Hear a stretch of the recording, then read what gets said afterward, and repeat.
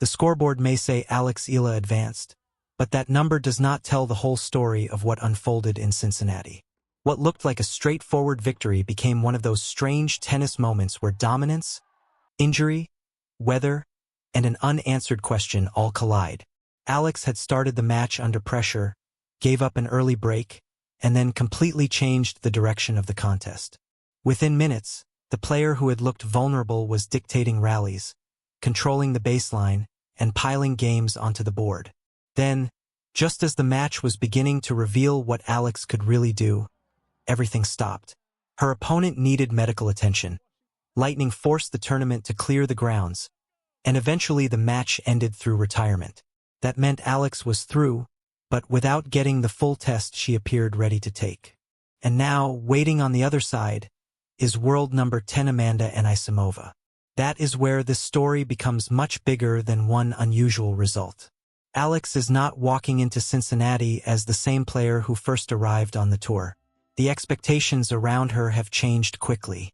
She entered this WTA 1000 event as the 17th seed, the highest seeding of her career at this level, after a breakthrough stretch that included her first WTA singles title in Washington. She had already shown that she could beat elite opposition, and her ranking had climbed into career-high territory. That success is exciting, but it also changes the way opponents prepare for her. She is no longer simply the young player hoping to surprise somebody. She is becoming a player other competitors have to study, respect, and plan for. That is why the opening moments against her Cincinnati opponent mattered so much. On paper, Alex had the advantage, but tennis does not care what the rankings look like before the first ball. Her opponent broke her serve early, creating the kind of start that could have caused frustration or forced Alex into rushed decisions. Instead, Alex responded with composure. She settled her serve, found her rhythm from the baseline, and began using her left-handed angles to pull her opponent away from comfortable positions. The games started moving in one direction. 1 became 2, then 3, then 4, and before long Alex had turned a difficult opening into a commanding first set. The 6-1 first set was important for more than the score. It showed how quickly Alex could reset after a setback. She did not need a perfect beginning to find control. Her movement became sharper, her shot selection more purposeful, and her pressure on return grew stronger. She was not simply waiting for mistakes. She was creating difficult situations with her serve, taking time away with aggressive returns, and using the baseline to decide where the rallies would go. That is a different kind of confidence from simply hitting winners. It is the confidence to stay with a plan even after the match begins badly. The second set followed the same pattern. Alex broke serve again and moved ahead 3 games to love, putting herself in a position where the match appeared to be firmly under her control. For fans watching from the Philippines and around the world, this was the version of Alex they wanted to see. Composed, aggressive, and unwilling to let an early setback determine the rest of the match. Her rise has become something bigger than a ranking number. Every time she walks onto a major court, thousands of supporters are watching not only for the result, but for another sign that Filipino tennis has a player capable of competing at the highest level. Then came the interruption nobody could have planned for. Midway through the 4th game of the second set, Alex's opponent required medical attention. Soon after, the weather became another problem. Lightning entered the area, officials suspended play, and the grounds were cleared. Both players were sent away from the court while everyone waited to learn whether the match would resume. It was an awkward pause because Alex had momentum, but momentum means very little when the weather and a physical issue take the decision out of both players' hands. At first, there was hope that play could return within the hour. But when the opportunity came, Alex's opponent was unable to continue and retired from the match. That is the part of the story that needs to be understood clearly. A retirement is not the same thing as a normal completed victory, but it is also not a scandal. In professional tennis, when a player cannot continue because of a physical problem, the opponent who remains able to play advances. The official result reflects the score when the retirement happened. There is no hidden ruling to uncover and no reason to invent a controversy where the evidence does not support one. Alex therefore advanced with the match standing at 6-1, 3-love. The result is official, but the circumstances leave one obvious question. What would have happened if the match had continued? That question cannot be answered now. Alex had shown enough to make the performance impressive, but the contest ended before either player could provide the final chapter. A healthy opponent might have fought back. Alex might have continued the same level and finished decisively.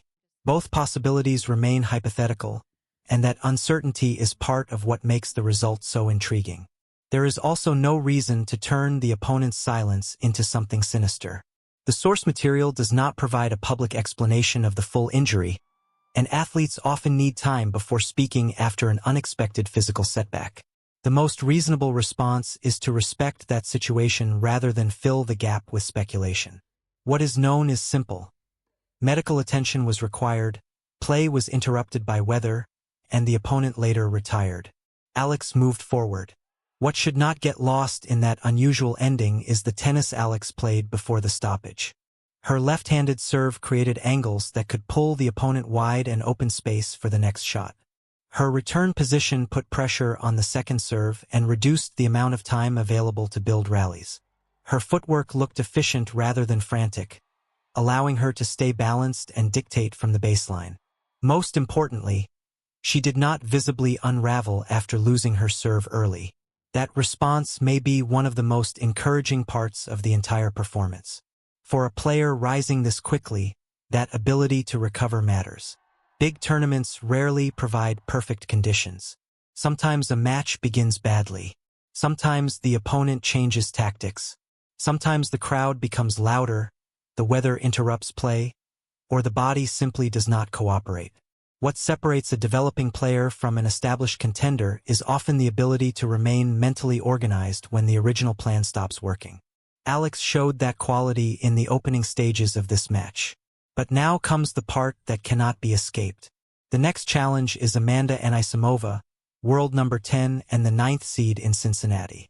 This will be the first career meeting between the two, which means there is no head-to-head history to lean on and no previous encounter to tell either player exactly what to expect. Anisimova brings a very different level of danger. Her ranking reflects consistent success against elite competition, while her power and heavy ground strokes can punish even small openings. That makes this matchup a genuine measuring stick for Alex. Against her previous opponent, Alex was able to establish control after a difficult start. Against Anisimova, she may not receive the same amount of time to settle. A short ball can become a winner.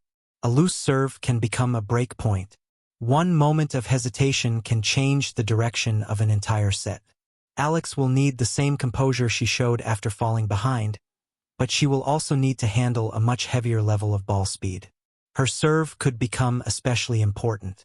The left-handed angles that worked so well earlier can create opportunities, but they will have to be used with precision. Her aggressive return position can put pressure on Anisimova, but taking that position also requires confidence and timing. From the baseline, Alex will need to absorb power without giving away control of the point. Changing direction at the right moment could be just as important as hitting harder. Against a player capable of attacking short balls immediately, discipline may matter more than spectacular shot-making. And that is